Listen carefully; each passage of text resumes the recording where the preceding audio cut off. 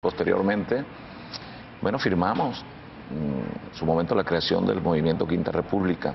Pero fíjate, yo quiero destacar que sin duda alguna Chávez deja una huella en la historia de este país, la posibilidad, pero también la realidad mostró que Chávez tuvo una conexión importante con sectores de los más deprimidos del país. Eso no lo podemos desconocer. ¿Es su principal legado? Yo creo que Chávez, uno de sus principales legados fue despertar la conciencia de mucha gente en este país. Sin duda se elevó el nivel de madurez política del pueblo venezolano, especialmente los sectores más pobres, los sectores más deprimidos, los sectores más excluidos, y eso debe ser una enseñanza para nosotros también.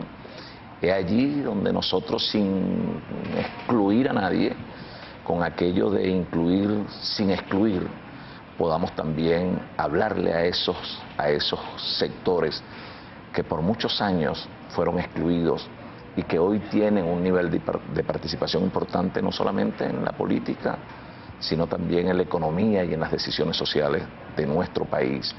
Entonces yo creo que fortalecer esa relación desde acá, nosotros, el mensaje, las acciones, más allá de la palabra y por supuesto nuestro desarrollo político en el ámbito donde nos encontremos, yo creo que a partir de ahora puede verdaderamente entendernos con esos sectores pobres de Venezuela.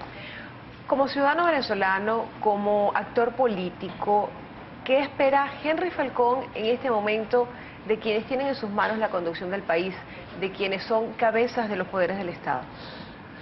Mira, lo primero es que se acojan a los caminos previstos en nuestra Carta Magna, en la Constitución. Esta etapa de transición tiene sus salidas en el texto constitucional. Y lo segundo es que se abran al diálogo, que entiendan que el país lo reclama desde todos los sectores sin ninguna excepción, que es posible reunirse con todos los sectores, repito, sin que nadie tenga la voluntad de convencer a otro de cambiar su visión política del país. Pero creo que llegó la hora de la unidad nacional y eso es posible en la misma medida en que cada uno, bueno, aportemos lo que debemos aportar en función del diálogo nacional. ¿Cómo puede ser promovido ese diálogo nacional desde la oposición? Desde la oposición, bueno, mostrando no solamente voluntad, sino también hechos concretos, el respeto debido al Estado de Derecho, ¿eh? Y por supuesto nosotros tenemos una instancia, por ejemplo, los gobernadores de Estado, los alcaldes, el Consejo Federal de Gobierno, que podamos entendernos en la solución de problemas puntuales que hoy plantea el país, en los problemas que hoy afectan a la mayoría de los venezolanos, la falta de servicios, el problema del desabastecimiento, la inflación, etcétera.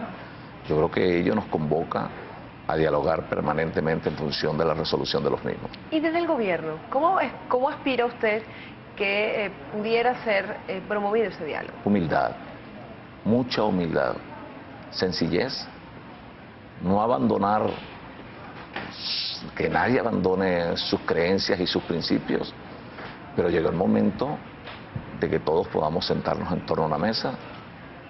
Al gobierno se le pide sensatez y humildad para poder lograr que esos canales de diálogo fluyan, que funcione el diálogo en Venezuela.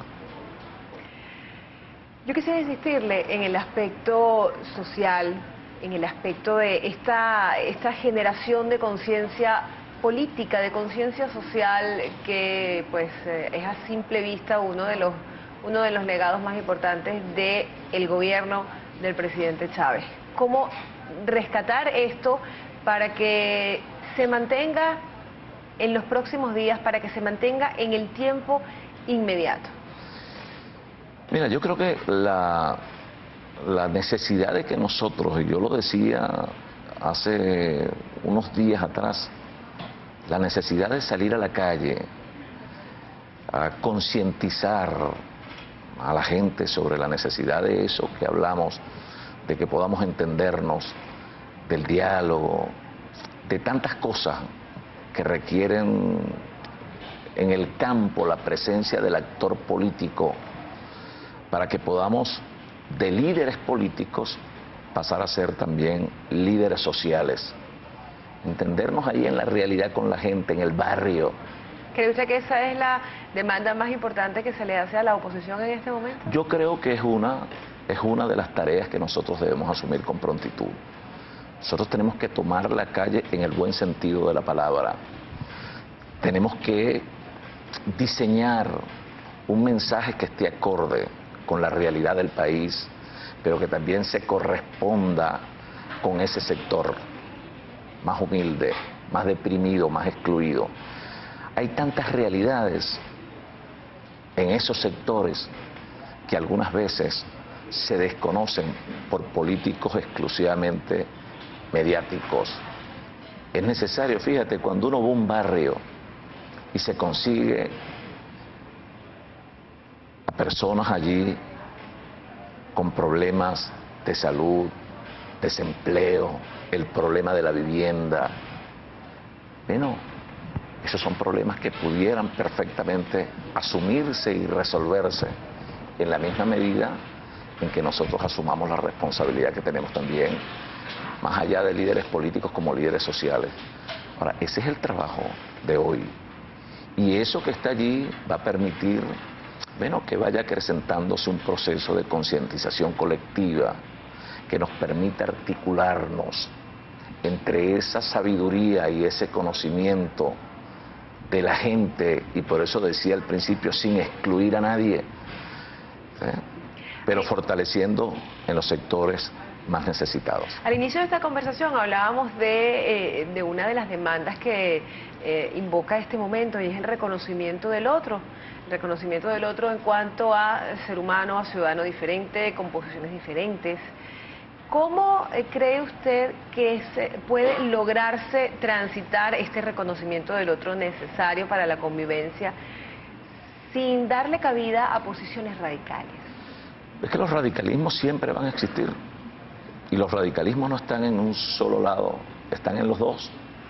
Ahora, conciliar posiciones va a depender en mucho de los ejemplos de nosotros los dirigentes. Si nosotros asumimos posturas de alto nivel, de altura, de verdad, para demostrar que lo que estamos diciendo sobre la necesidad de diálogo no es simplemente una palabra que se la lleve el viento, es la disposición real de entendernos en la práctica para poder generar un ejemplo que de alguna manera promueva la tranquilidad y la paz del país. Nosotros lo hicimos en Lara. Yo cuando recibí en Lara, ahorita en mi acto de juramentación, proclamé la necesidad de que podamos convocar el diálogo nacional. Incluso le enviamos un mensaje al señor vicepresidente de la República. Pues permíteme, a los días siguientes convoqué a los señores diputados del Consejo Legislativo, a la Gobernación.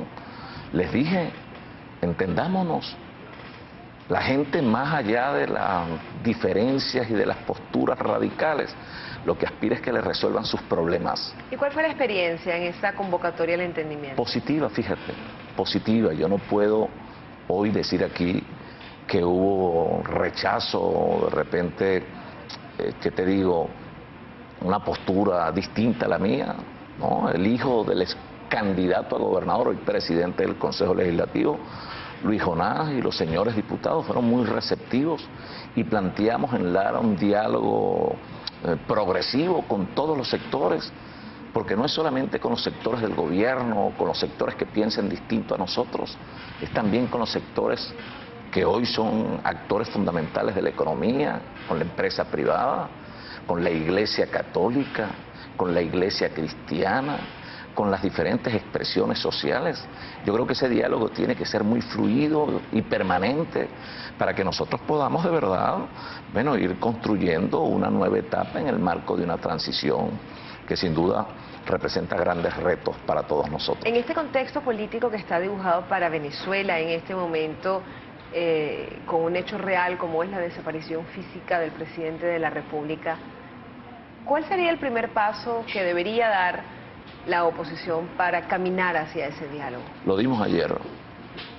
Yo creo que un comunicado como el que expresó ayer Enrique es un comunicado que muestra una mano tendida, que muestra de este lado voluntad política, pero que muestra también un sentimiento por la recuperación real del país, que en este momento todos somos necesarios, que en esta etapa dolorosa para Venezuela y que nos coloca en el mundo como una referencia hoy, lamentablemente, por un hecho que ninguno de nosotros queríamos, porque más allá de las diferencias, el respeto a la humanidad, el respeto a la familia del presidente y la solidaridad permanente, recurrente, debe ser nuestra, o debió ser, y fue nuestra línea de conducta.